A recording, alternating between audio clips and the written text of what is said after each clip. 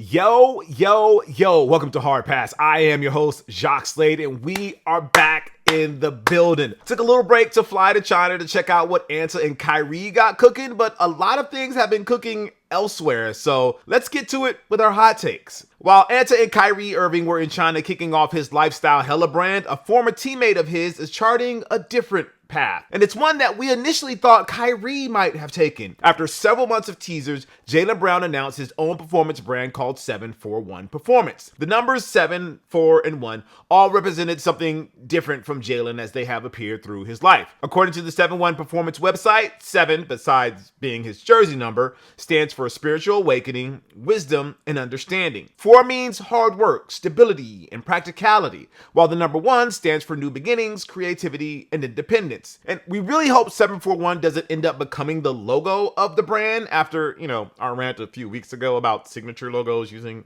numbers. Anyway, so what do you see when you enter the 741 website? Well, you get an intro graphic like you're about to enter the Jaylen Brown Matrix, which is, okay, we're going for an early 2000 Matrix-like aesthetic with the Adobe Flash splash page. Sure, why not? Just don't ask me to take any green pills because, ew, green. After the intro, you get a 360-degree view of the sneaker, which is now called the Rover. Scroll down the page and you get the Rover floating in space alongside some waveforms like it's an iconic video game res. Click through the sneaker and it takes you to the pre-order page, which states that the sneaker will ship in late November. The Rover will be available in men's and kids sizes and priced at $200 and $70 respectively. According to 741, the kid sizes from 3 to 6.5 will be priced 40% or more below competitors. For the sake of comparison, a Nike LeBron 21 in comparable sizes is priced at $160, while the Adidas AE1 goes for $90. As for the specs of the sneaker, kinda important since it is a new brand, and I'm sure that's going to give some potential customers some pause, no matter how big of a deal Jaylen is. The Rover will feature, according to the website, a translucent outsole that uses proprietary rubber that's high traction and lightweight, a midsole with hypergravity critical EVA, an engineered knit upper, a molded external counter with heat seal reinforcement, and an internal counter that provides as much stability as a hiking boot. Obviously, all of these things are tech details and fine and all, but we won't be able to say much until we actually get a pair of these in hand to do an unboxing and a wear test to see how they feel. Right now, it's a promising sneaker that looks a lot better now in official shots than in the many times people have taken blurry shots of them while Jaylen was doing drills in them. Now, the bobbles on the upper, they really look like the pods on the Nike Air Max Uptempo 97. Let's just be real here. When speaking with Complex, Jaylen acknowledges that one of the reasons he decided to pursue the independent route was because he was inspired by one of his heroes, Los Angeles Lakers legend and 5-time world champion, the late Kobe Bryant. After his passing, stories began to surface that Bryant was unsatisfied with his post-career Nike run and that he was looking to possibly branch out and start his own brand. In Jaylen's words, Kobe's journey taught me about being fearless and pushing sports along with society to new heights. That's the mindset I'm bringing to 741. Couple that with Brown's frequent criticism of Nike, especially after Kyrie's partnership with the swoosh ended so acrimoniously, and you can see the writing on the wall. I just wonder what Brown's goals for 741 will be because he's facing an uphill battle to build his brand. When Kyrie Irving parted ways with Nike, there was hope on this show that he was going to create his own brand from scratch. It was going to be Black-owned, independently run, and tap into creative minds that maybe would never get a chance to work at a Nike or an Adidas. The reason why we thought a standalone Kai brand could work is the same reasons why a standalone Kobe brand would work. They've built equity with the fan base. Kobe Bryant was, and still is, frankly, beloved by the culture. The Mamba Mentality brand that he created inspired this generation of athletes and will continue to inspire others for the foreseeable future. For over a decade, Kyrie dazzled fans with his handles and layup packages that kids and the NBA players emulate right now. His Uncle Drew alter ego opened him up to casual fans who were amused at watching Grandpa juke hoopers at the park. If you're an online gamer, Kai does not hide behind the screen. He live streams and chops it up with fans. Granted, some of his more questionable takes have gotten him in trouble, especially over the past few years. But again, the equity he built with the fans, not to mention he proved critics wrong and balled out in Dallas, allowed him the opportunity to get back in the good graces of most of the population. The question is, does Jaylen Brown have that same juice? And Yes, I'm aware Juice is the name of Jaylen's sportswear brand. Although it is interesting that Juice and 741 Performance aren't under the same banner. That's interesting. Anyways, Jaylen Brown has put in some equity, no doubt. He's a top 10 NBA player and has zero problem speaking his mind, whether you want to hear it or not. When Kyrie was feuding with Nike on the way out, a lot of fans thought he was getting a raw deal. When Jaylen says something about Nike, it's met with general apathy or exhaustion. All they've seen over the past 12 months is Jaylen complaining about Nike while still wearing Nike, painted out swoosh or not. His Olympic snub got a lot of traction prior to the summer games, but after Steph, LeBron, and KD put Team USA on their back and Jason Tatum hung out on the bench, the noise died down. Oh, and he still can't go left. At least that's what the internet would have you believe. Just like LeBron isn't clutch or Jordan played with plumbers. Once a narrative is out there, it's hard to drop. And really, that's what Jaylen is up against. And yes, I understand what this looks like. Oh, look, the Laker fan is hating again. First of all, duh, but that's irrelevant. If Kobe, Kyrie, and Jaylen had all went the independent route, that's the order I would rank their chances at success. And really, am I wrong? A Kobe-owned Mamba brand would have been welcomed by his fan base, even if those supposed prototype sneakers weren't super hot or they just looked bad. If Kyrie had gone solo, we would have admired the decision and supported the endeavor because his sneaker output with Anta has proved he's got an eye for design. Jaylen is still a conundrum, wrapped up in an enigma. Like, his Juice brand teamed up with Bathing Ape on a sneaker collab. Could 741 Performance be something he pitches to a Puma or a New Balance down the line? Yes, his camp claims to have turned down $50 million from the big brands, but what if that number grows as his accolades in the NBA and the Team USA grows? It's all a big mystery right now, and I think it's great. Like I mentioned in one of my videos about Kyrie's lifestyle brand, this might be a lane for athletes down the line who might have inspiration beyond footwear made for their respective sport.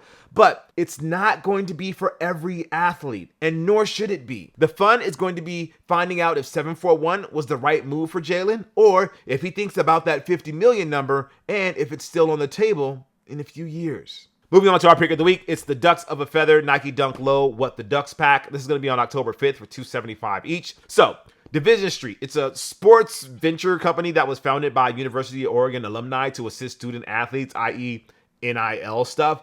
And the Ducks of a Feather brand is a creative outlet that includes apparel and footwear that's promoted by the student athletes and provides revenue for them. This new collab is an homage to the past 25 years of Ducks uniform variants, of which there are many. It's why there's a home pair and an away one. The release will be in partnership with Fight Club and GOAT. This October 5th release will be in person at Flight Club locations in Los Angeles, New York, Miami, and Tokyo, while the GOAT app will handle the wider release on October 11th. So that's the Ducks of a Feather Nike Dunk Low What the Ducks Home on October 5th for $275, but also the Ducks of a Feather Nike Dunk Low What the Ducks Away on October 5th for $275 as well. Moving on, StockX will be the jersey sponsor of the Detroit Pistons this season. When you consider the legal beef between Nike and StockX for the past several years, this is kind of funny on a number of levels.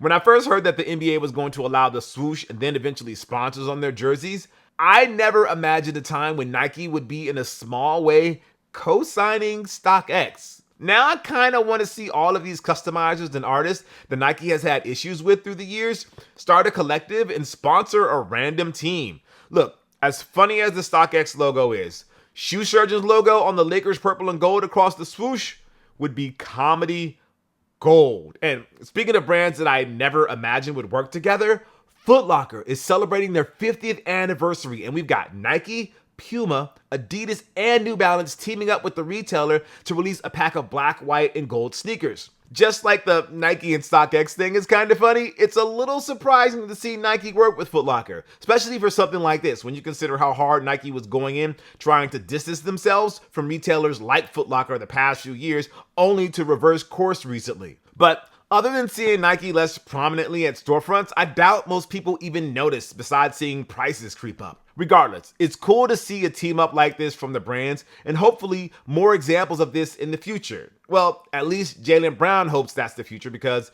he's probably down to work with everybody, except for Nike. And then a guy goes to China for 1 week and then the world just explodes. John Donahoe is stepping down as CEO of Nike effective October 13th. I guess he didn't make enough Kobe Protros, His replacement, Elliott Hill, is a Nike lifer who worked with the brand for decades before retiring in 2020. I guess the allure of being CEO and the narrative of potentially being the one who brings the swoosh back from being, being worth bajillions to being worth cajillions was too much to pass up. Time will tell if Hill has what it takes to lead a Nike resurgent, but here's one thing I know for sure. Make more Kobe Protros, Elliott Hill. That'll calm down a lot, people. Trust me. One thing we'll be keeping an eye on for sure is what Smith thinks about Nike's over-reliance on legacy product like the Dunks and Jordan Retros during his time away. For the first few years of the Donahoe era, that was the winning strategy as Panda Dunks became ubiquitous and Jordan 1s could do no wrong. But eventually, that well dried, and now even collabs that you think might move the needle are no longer selling out. Recently, various outlets reported that Nike was canceling or pushing back several Jordan Retros that were set to drop holiday 2024. While no official reason was given, hell, some of these sneakers didn't even have anything more than nebulous dates and prospective mock-ups, it was seen as a sign by the community that the pushback was real and Nike was getting the message. It was also applauded by the fans because we really don't need new colorways or collabs or GRs that are just going to flood store shelves. But what was shocking was the report that a big one, the Air Jordan 1 Black Toe Reimagined, was being pushed back to 2025, according to Soul Savvy. Regardless of what people thought about Jordan 1s and how they're played out, there was no doubt in my mind that this would sell out in seconds. And even if they didn't sell out, they wouldn't be in stores for long. Does pushing them back mean that Nike is once again going to try to put some mystique back into the ones? Like dropping them during NBA All-Star Weekend or other high-profile weekends instead of just a random day in October is a small step in getting that mojo back, I think. And also lowering the price. But that's for another video. The WNBA playoff has got a marquee matchup on their hands as the New York Liberty takes on the Las Vegas Aces in the semifinals. No offense to the teams on the other side of the bracket, but this has a lot of the Western Conference Finals is the real NBA Finals energy going for it when you consider the star power. You've got three-time MVP A'ja Wilson arguably rocking better Nike LeBron 21 PEs than LeBron James ever did, and Kelsey Plum getting the best UA-branded hooping shoes in a long time on one side, while Sabrina Ionescu and Breanna Stewart are killing it in the Nike Sabrina 2 and the Puma Stewie 3s, respectively. Great showcase for signature sneakers. Although, if Nike was let's just say more proactive, A'ja wouldn't be rocking LeBron, she'd be wearing her own signature shoes. Come on, Elliott Hill. Yeah, that's gonna take a second to get used to.